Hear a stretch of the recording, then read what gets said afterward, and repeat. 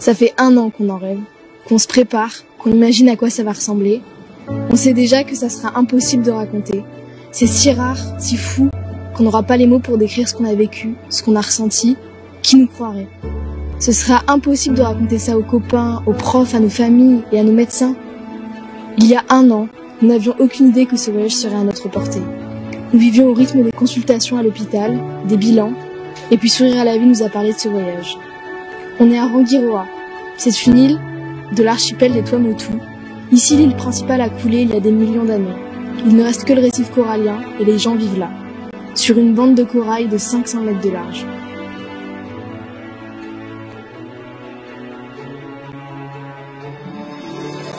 On en a rêvé, on s'est préparé, et ça y est, c'est pour aujourd'hui. On y est.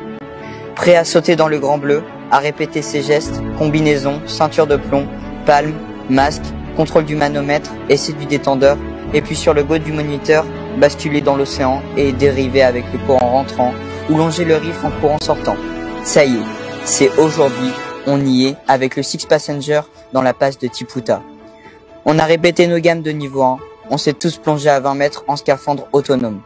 Une bascule, une seule, un peu de stress, et ce sont des milliers de poissons, aux couleurs sublimes qui nous hypnotisent, ces tortues curieuses, ces requins dont on sent la présence avant de les apercevoir dans le bleu, ces Napoléons qui font la taille d'une table de salle à manger, ces balistes titans, ces bancs de milliers de perches pagaies.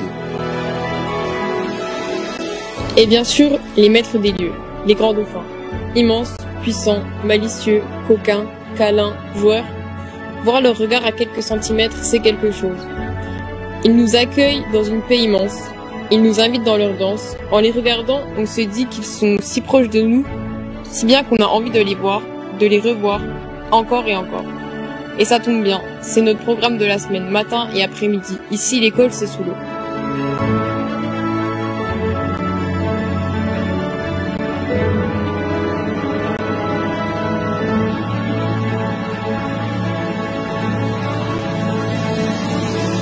Quel spectacle nous offre la nature. Inouï, inimaginable.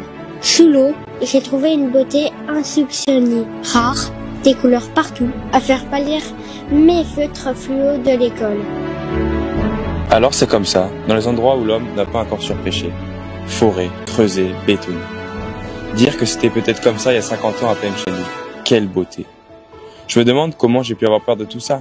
Le grand bleu, c'est si beau, si doux, si gentil si on y va en paix. Dans le bleu, au milieu du Pacifique, je m'y suis trouvé. Des amitiés créées avec le Meitei, les plongeurs, les marins qui nous déposent sur les plongées. C'est quelque chose de fort.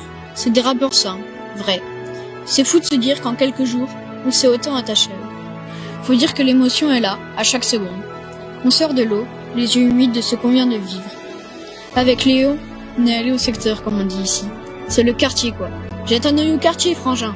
La richesse, elle est partout, c'est la nature. Elle domine.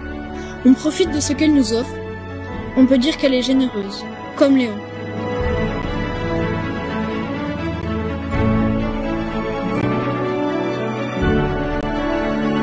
Quand on met un masque, qu'on observe les robes des poissons papillons, perroquets, on se dit que les grands couturiers, les grands ingénieurs de l'aéronautique, ils n'ont rien inventé. Ils ont observé, tout est là sous nos yeux.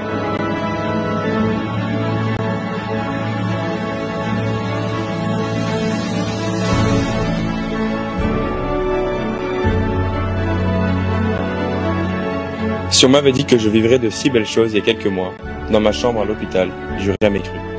Ça veut dire que même quand on a l'impression que tout le monde s'écroule, la vie peut encore nous réserver de grandes surprises. Ici, je comprends ce que ça veut dire, le mot espoir. On a vécu ça. On a vécu ça. On a vécu ça. On a vécu ça.